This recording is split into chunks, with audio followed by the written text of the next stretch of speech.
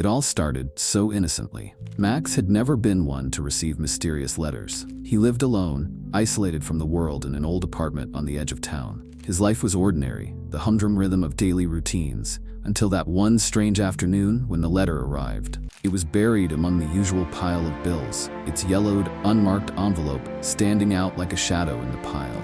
No name, no address, no clue as to who could have sent it. His curiosity gnawed at him, and when he finally opened it, he could never have guessed how deeply his life would change. The words on the paper sent a chill down his spine, as if the ink had been written by an unknown hand, a hand from the past, from a place Max could never understand. The letter simply said, "You've opened the door. Now, you must face the consequences." Underneath these chilling words, he found a strange symbol, an ancient, cryptic sigil that seemed to pulse like a heartbeat, as if the letter was alive. It was all too much for his rational mind, yet curiosity dragged him deeper. Who wrote this? Why had they chosen him? What consequences did the letter foretell?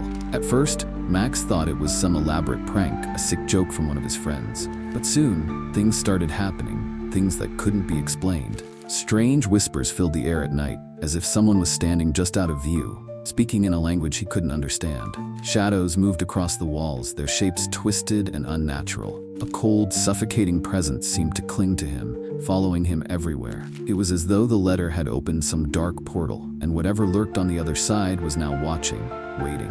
One night, as Max sat reading the letter again, a sense of dread settled into his bones. The ink seemed to shift, the words becoming blurry and illegible, as though the letter itself was changing.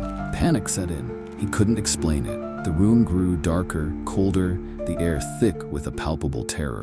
A single thought echoed in his mind. He was no longer alone. Something was with him, something he couldn't see, but could feel with every breath he took. The following days passed, but the atmosphere around him only grew heavier. Max couldn't shake the feeling that he was being watched. At night, he kept the lights on, hoping to keep the shadows at bay. But even then, the whispers continued, louder now, taunting him, coaxing him towards an unknown fate. No matter how hard he tried, the letter, its warning, refused to let him forget. He knew then, deep in his gut, that the curse had already taken hold. It wasn't just a warning, it was a binding force, pulling him into the darkness. A darkness he could neither understand nor escape. Then, it happened. One cold morning, Max woke to find the letter gone. He searched his apartment high and low, but there was no sign of it, as if it had vanished into thin air. Desperation began to claw at him. Was it real? Had it all been a nightmare, a hallucination? But deep down he knew. He had felt it. The letter had come from somewhere. It had left a mark on him, and whatever evil it had unleashed was still very much alive. It was during his sleepless nights, trapped between the realms of the living and the dead, that he made the first horrifying discovery. Max found that those who received the letter were cursed, bound by a dark force that continued to grow stronger, pulling them closer to a fate worse than death. No matter where they went, what they did, the shadows followed, waiting to consume them. The letter was not merely a communication. It was a tether to something far more sinister. He found stories from those before him, others who had been marked by the letter. And each one ended the same way. They disappeared, consumed by the curse that followed them like a shadow. In his mind, Max could no longer tell where reality ended and his nightmare began. It was as if the line had blurred beyond recognition, merging into something else. His body seemed to betray him at times, turning on its own, as if guided by some invisible hand. The days turned to weeks, and the torment only deepened. The whispers became screams, and those shapes in the corners of his vision grew more distinct, more real. Dark figures, tall and indistinct, roamed in the periphery of his mind, pulling him into a hellish nightmare. He couldn't wake up. One evening, in a fit of desperation, Max set out to find answers. The letter, after all, had come from somewhere, and that something was the key to his fate. He retraced his steps, looking for any clue, anything that could provide him with a way to undo the curse that had taken root. But what he uncovered shocked him.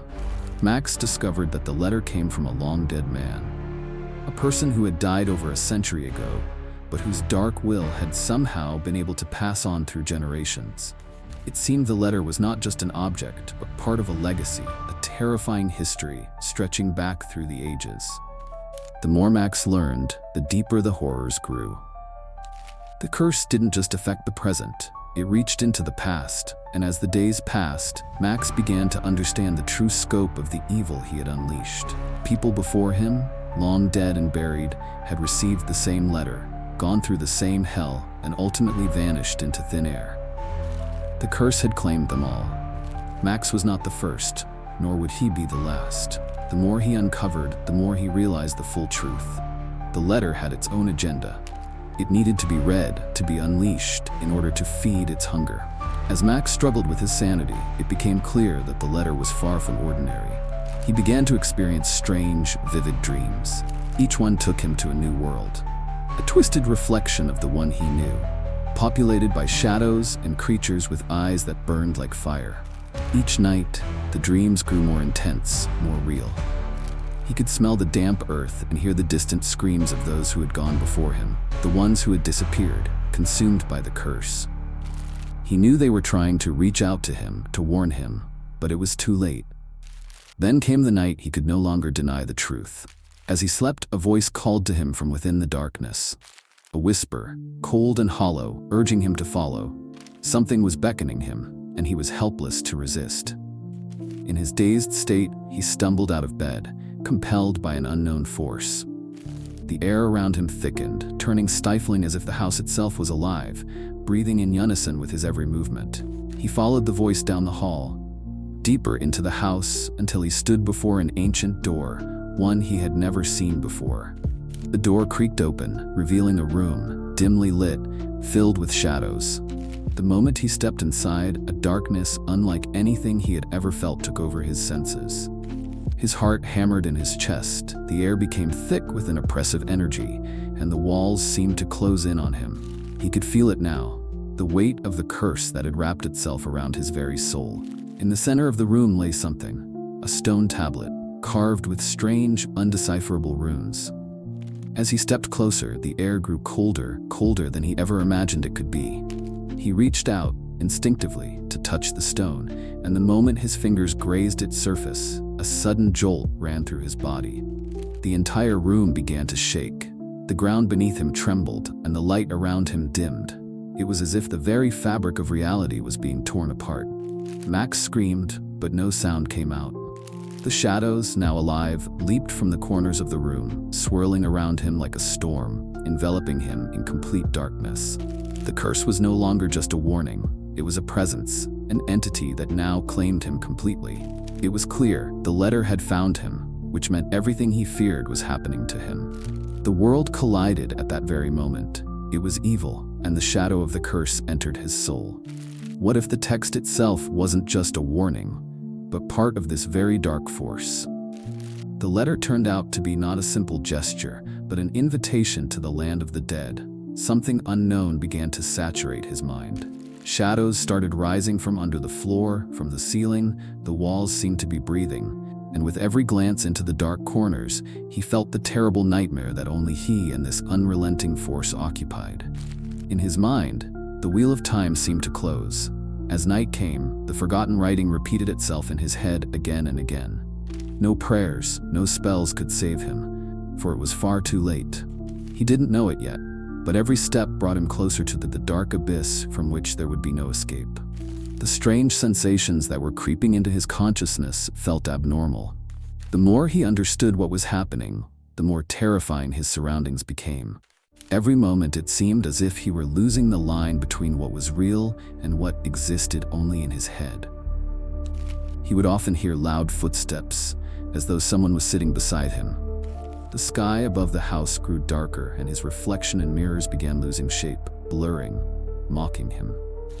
In one such encounter, his face, a ghostly echo, disappeared for a few moments, leaving only a hazy void from which a mocking face emerged. One night, when the stars barely glimmered and the surrounding dark was complete, he remembered something. He was convinced that there was a way to stop this, to find the source of the curse. The place where all these forgotten letters were sent through, which began the horrific chain of events. Every thought of it made his heart race faster, but he decided to take the risk. He knew there was no choice, either disappear forever or try to fight for his life. He headed for the old cemetery, hidden deep in the forest behind his house. This place had always been forgotten by people, just like its dark, sinister history. This was where those who had received such letters went. Max felt as if the shadow of the curse was wrapping around him. It was as though the world here didn't belong to humans. And standing in the very center of the graveyard, he felt a terrible chill. The one who had written those letters was waiting for him here. Suddenly, the wind died down, and everything around was swallowed by an eerie silence. The ground beneath his feet felt cold and slippery, unnatural, as if it had not been touched by human feet for centuries. The silence was immovable and ominous. Then, from the darkness ahead, came a grinding sound, loud like iron scraping across the ground, and when the mist cleared, Max saw a massive figure dressed in dark robes. Was it a person or something more? Its face was hidden by a shadow, and its eyes burned with an icy light, threatening as though the very darkness was gazing through them. "You came. You know you are already lost." That voice, it was like something out of a nightmare, quiet and piercing. Max walked forward, his body moving automatically, as if obeying something unexplainable. He didn't know what to expect next, but he understood that he had come here to answer questions he had avoided thinking about all these weeks. But what would this answer be? And what would become of him? The figure, or being, raised a hand and pointed at an old stone engraved with incomprehensible symbols. He realized that this stone might have been part of a ritual tied to the curse. Max, without thinking, stepped toward the stone and pressed his fingers into it. At that moment, the ground beneath him seemed to shift with power. Something cold and wet appeared beneath his nails, and his hand was covered in black liquid. He quickly pulled back his hand and looked around, but in that instant he heard laughter, a terrible laugh, like the cries of those buried beneath this earth. Every step backward became harder. The shadow behind him was rising, and the voice he had been hearing grew louder. Night was beyond his control. Somewhere in the distance he heard a call. He moved faster, returning into the forest, through the thickets, straight back to where he had come from. His heart pounded in his chest, his vision narrowed, and suddenly, he was grabbed by the shoulder. Max flinched, but when he turned around, he realized he was alone, footsteps in the fog. He kept walking, trembling with fear. What now? Everything that had once seemed strange now seemed to return, as if it were an entire nightmare universe where there was no escape. He realized he would forever remain between worlds, one that he could never leave. His endless torment had become the beginning of the end. But the end? He didn't even want to imagine what it would look like. These letters weren't just curses. They drew people into dark corridors that could not be escaped. Every thought he had transformed into a phantom, wounding and tormenting his soul. The curse Max had encountered became his own shadow. The process consumed him day by day. He would have dreams where his body was in the world of darkness, in the land of the dead, where the cursed letter would lead him. He realized that no matter how much he tried to avoid it, the curse was already part of him, a personal experience. With every new torment, he began to understand it was too late to turn back. In some nightmarish state, he finally understood the true meaning of this letter, so hidden and dangerous. Those who received such letters became the bearers of terror themselves. All of it was an embodiment of ancient evil. Endless agony for whoever once grasps the true meaning of the curse. He had ended up in the trap, like all the others who had entered this path. But if he had known, it wasn't just the end. He understood now. The letters would keep coming, even to others. People would never escape. Everyone who fell under their influence would forever be part of the eternal circle of fear, one that couldn't be stopped. Max tried to do something, thought he could find some way out, but no longer could he change anything. At his final glance, it was as if an immense void consumed his mind, and only one thing remained, the eternal call that would drive him through dark spaces. He used to think he was only standing at the edge, but now he realized he had stepped inside. Sometimes they call to him. I wonder, have others noticed? He stands alone before this terrible world, again and again, embodying the story, cursed and forever silenced, like thunder. Now he knows the price and did his fight against what his life had become end here.